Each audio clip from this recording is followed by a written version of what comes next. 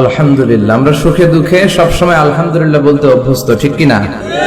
আলহামদুলিল্লাহ বললে আল্লাহ আরো ভালো রাখবে, অবস্থার আরো পরিবর্তন করে দিবে, ভালো থেকে আরো ভালো করে দিবে। আর আলহামদুলিল্লাহ না বললে অবস্থা যা আছে ওইটার আরো খারাপ করে দিবে, ঠিক কিনা? জহরাল ফাসাদু ফিল বাররি ওয়াল বাহর বিমা কাসাবাত আইদিন নাস। জলে স্থলে এই যে অগ্নিকাণ্ড, ফাসাদ, ভূমিকম্প, বন্যা, মারামারি, পেট্রোল বোমা, হরতাল, এগুলো তোমাদের হাতের কামাই, ঠিক কিনা?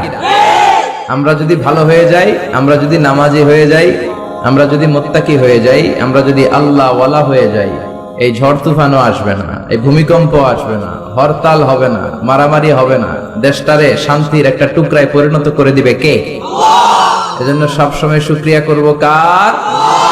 শুকরিয়া করলে আল্লাহ নেয়ামত বাড়ায় দেয়। লা ইন শাকারতুম লা আযীদান্নাকুম ওয়া লা ইন কাফারতুম ইন্না আযাবি লাশাদীদ। যদি নেয়ামতের শুকরিয়া করো তো নেয়ামত বাড়ায় দিব, আর যদি কুফরি করো আযাব দিব। এখন আমরা কি আযাব চাই না নেয়ামত চাই? নেয়ামত চাইলে শুকরিয়া করব কার? সব সময় আল্লাহর শুকরিয়া করব। আল্লাহ তাআলা বেশি বেশি আল্লাহ তাআলা শুকরিয়া করে তার মুকাররাবিন বান্দাদের অন্তর্ভুক্ত আমাদেরকে হওয়ার তৌফিক দান করুক। আমরা পড়ি আমিন। সারা দেশে নানা ধরনের বিপর্যয়, ঠিক কিনা? তো এর মধ্য দিয়েও আমরা আনন্দে থাকতে চাই। আল্লাহ আমাদেরকে আনন্দে রাখুক। সব ঘরে ঘরে আল্লাহ তাআলা আনন্দের হিল্লোল বইয়ে দেয়। আমরা আল্লাহর কাছে শুধু নাজাত চাই। আল্লাহ বিচারের পরে যদি বলে তোদেরকে নাজাত দিলাম, আমাদের আর কিছু লাগবে? আমরা আল্লাহর কাছে কি বিচার চাই নাকি নাজাত? জোরে বলেন। রোজ হাসরে আল্লাহ আমার করোনা বিচার, আল্লাহ করোনা বিচার।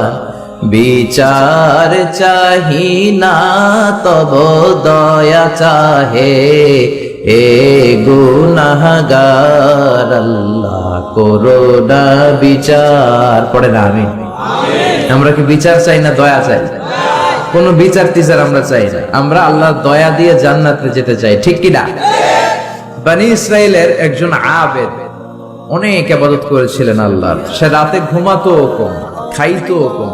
এরকম একজন আবেদ in the day of judgement আল্লাহ তাআলা তাকে বলবে, ইয়া আবদি উদখুলিল জান্নাতা বিরহমাতি। হে আমার গোলাম, আমার দয়ায়, আমার রহমতে তুমি জান্নাতে ঢুকে যাও। বনি ইসরাইলের এই আবেদ বলবে, বালবি আমালি। আপনার দয়া দিয়ে ঢুকা লাগবে কেন? আমি আমার আমল দিয়ে জান্নাতে যেতে চাই। নামাজ তো আমি কম পড়ি নাই, তাহাজ্জুদ তো আমি কম গুজারছিলাম না, জিকির তো কম করি নাই, তো আপনার রহমতে যাওয়া লাগবে কেন? আমি জান্নাতে যেতে চাই আমার আমল দিয়ে। আল্লাহ বলবে, বড় ভুল করলি রে বান্দা, কারণ আমি হচ্ছি বড় সাহেব, রাজাধিরাজ, আমার সাথে হিসাব নিকাশ চলে না। ঠিক আছে, তুই যখন হিসাব নিকাশ করতে চাস, লেটস মেক এ ক্যালকুলেশন। চল একটা হিসাব করি। তোর সারা জীবনের ইবাদত গুলো, আমল গুলো একটা দাড়ি পাল্লায় রেখে দে, আর আমি যে দয়া করে মায়া করে তোকে একটা চোখ দিয়েছি, এই চোখটা আরেক পাল্লায় রেখে দে। এরপরে ওজন দেওয়ার পর দেখা যাবে মুহূর্তের মধ্যে চোখের পাল্লাটা ভারী হয়ে যাবে। শুধু চোখের যে নেয়ামত দিয়েছে এই পাল্লাটা ভারী হয়ে যাবে। আল্লাহ বলবেন, have a look to the calculation. তুই না হিসাব করতে চাইছিলি, এবার হিসাব করে দেখ। হিসাব বলে তুই এখন জাহান্নামে যাবি। Go to the hell fire, জাহান্নামে যা।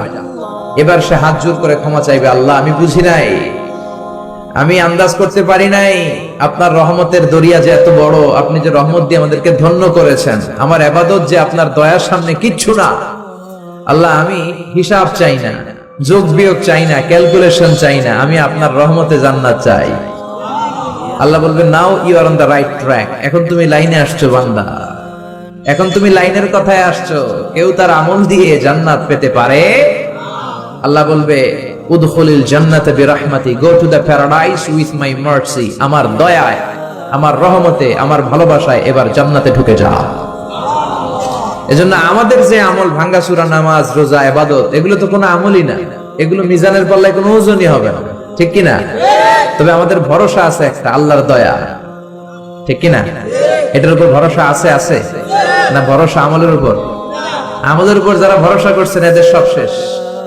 কিন্তু আল্লাহর দয়ার উপর যাদের ভরসা, আল্লাহর রহমতের উপর যাদের ভরসা, তাদেরকে পার করে দিবে কে? কেউ যেটা পারে না পারে কে? কেউ যেটা বুঝে না বুঝে কে? কেউ যেটা দেখে না দেখে কে? আমরা আল্লাহর দয়া চাই, আমরা আল্লাহর কাছে নাজাত চাই। আমরা শুরুতে আল্লাহ রাব্বুল ইজ্জাত ওয়াল জালালের দরবারে শুকরিয়া জানাই যে আল্লাহ তাআলা এরকম চমৎকার একটা পরিবেশে আমাদেরকে মহাবিশ্বের মহাবিশ্বয় মহাগ্রন্থ আল কোরআন আল কারীম থেকে কথা শুনবার জন্য একত্রিত হওয়ার তৌফিক এনায়েত করেছেন। আসুন সবাই হৃদয় নিংড়ানো মনের সবটুকুন ভালোবাসাকে উজাড় করে দিয়ে সিংহ শার্দুলের মতো গর্জন করে আকাশ বাতাস প্রকম্পিত করে মন প্রাণ বুক মুখ একসাথে করে আমরা আওয়াজ করে পড়ে নিচ্ছি কালিমাতুশ শুকর আলহামদুলিল্লাহ। সবাই পড়েন রব্বানা লাকাল হামদ হামদান কাসীরান তাইয়িবান মুবারাকান ফীহি ইয়া রাব্বি লাকাল হামদু কামা ইয়ানবাগি লিজালালি ওয়াজহিকা ওয়া আযীমি সুলতানিকা লাকাল হামদু বিল ঈমান লাকাল হামদু বিল ইসলাম লাকাল হামদু বিল কুরআন। আমরা প্রশংসা করলাম কার? আল্লাহর প্রশংসা করতে ভালো লাগে সবার? আল্লাহর জিকির করতে ভালো লাগে? আল্লাহ তাআলা এই আয়াতে উনার স্পেশাল দুইটা ফয়সালার কথা জানিয়ে দিয়েছেন। কয়টা? চিল্লায় বলেন না। এই ফয়সালাগুলোর কোনোদিন পরিবর্তন হবে না, আনচেঞ্জেবল ডিসিশন। অনর ফয়সালা দুইটা। কয়টা? রব্বুল আলামিন বলেন وَقَضَى رَبُّكَ أَلَّا تَعْبُدُوا إِلَّا إِيَّاهُ وَبِالْوَالِدَيْنِ إِحْسَانًا। আমি আল্লাহর স্পেশাল দুইটা ফয়সালা, আমি আল্লাহর বিশেষ দুইটা ডিসিশন, এগুলো অনর ডিসিশন, এগুলোর নড়চড় হবে না। কথাটা কার? প্রথম ডিসিশন হলো আল্লাহ তা'বুদু ইল্লা ইয়্যাহ, শুধুমাত্র কেবলমাত্র একমাত্র আল্লাহর জন্য হবে ইবাদত, আল্লাহ ছাড়া কারো ইবাদত করা যাবে না। ঠিক কি না? এটা আল্লাহর দুইটা স্পেশাল ফয়সালার প্রথম ফয়সালা। আমরা কি একমত? দ্বিমত নাই কেউ? থাকতে পারে দুই একজন, কেউ দ্বিমত নাই, সবাই একমত। আল্লাহ বললেন আল্লাহ তা'বুদু ইল্লা ইয়্যাহ, আমার স্পেশাল ফয়সালা দুইটা ফয়সালা, অনর ফয়সালা। এই ফয়সালাগুলোর কোনো নড়চড় হবে না। প্রথম ফয়সালা ইবাদত হবে শুধুমাত্র একজনের, তিনি হলেন আমাদের আল্লাহ। জিকির হবে শুধুমাত্র আমাদের আল্লাহর, সেজদা দিব শুধু একজনকে, তিনি কে? এজন্য রব্বুল আলামিন বলেন ওয়ামা খালাকাতুল জিন্না ওয়াল ইনসা ইল্লা লিয়াবুদুন, আমি জিন জাতি আর মানব জাতি এই দুইটা জাতিকে শুধুমাত্র সৃষ্টি করেছি আমার ইবাদতের জন্য। আমাদেরকে এবং জিন জাতিকে সৃষ্টি করার মূল উদ্দেশ্য তার ইবাদত করা, তার গোলামি করা। আমরা তার গোলাম, গোলামের ঘরের গোলাম, বান্দির ঘরের গোলাম, আমাদের 14 গোষ্ঠী তার গোলাম। চিল্লা এখন ঠিক কিনা? আল্লাহ বললেন তোদেরকে সৃষ্টি করার উদ্দেশ্যই হলো গোলামি করা। আল্লাহ তা'বুদু ইল্লা ইয়্যাহ, শুধুমাত্র ইবাদত হবে আল্লাহর, আল্লাহ ছাড়া কারো ইবাদত চলবে না।